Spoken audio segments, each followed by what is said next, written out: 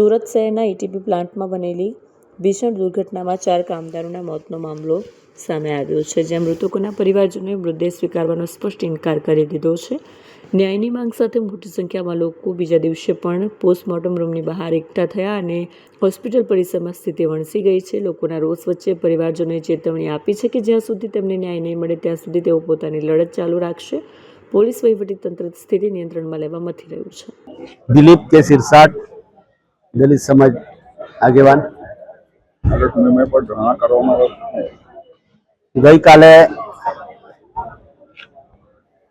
જે ઘટના બની તેના સંબંધે અહીંયા સુરત સ્મીર હોસ્પિટલ પીએમ ઓફિસ પાસે સમાજના તમામ આગેવાનો અને અસરગ્રસ્ત લોકોની ઉપસ્થિતિમાં અહીંયા અમે ધરણા પ્રદર્શન કર્યું હતું અને પોલીસ સાથે એવી વાતચીત થઈ કે જે ઘટના બની અને 3 લોકોના મૃત્યુ થયા છે કે ગેસના ગુગરામણથી જે કંપની છે જેવલર્સની એ કંપનીના માલિકની સામે એફઆઈઆર દાખલ થાય અને આજે જે ગુનો દાખલ કરવામાં આવ્યો છે તેમાં એફઆઈઆરમાં એ નિલેશભાઈનું નામ દાખલ કરવામાં આવ્યું નથી, માટે એમનું નામ દાખલ કરવામાં આવે અને એટ્રોસિટી એક્ટ મુજબ એની ઉપર કાયદેસરની કાર્યવાહી કરવામાં આવે એવી માંગણી લઈને અમે આજે અહીં ઉપસ્થિત છે।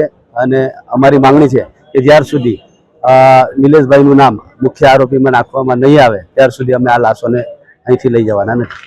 મારું નામ આશાબેન વિનોદભાઈ મંગળે। અમે આજે સ્મીમેર હોસ્પિટલ આવ્યા છે।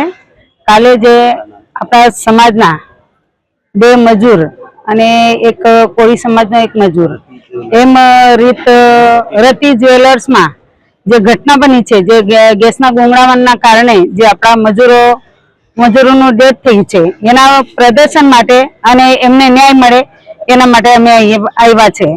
અને જો એ લોકો મજૂરોને ન્યાય નહીં મળે તો અમે અહીંયા જ હજુ ધરના પ્રદર્શન કરશું અને અહીંયાથી જે મજૂરોની લાશ છે તે લાશ અમે અહીંથી લઈ જવાના નથી અને અહીંયા જ અમે એ લાશ માટેનું જે પ્રોસેસ છે તે અહીંયા જ પૂરું કરવાના છે અને અહીંયા જ અમે ધરના પ્રદર્શન માટે બેસવાના છે।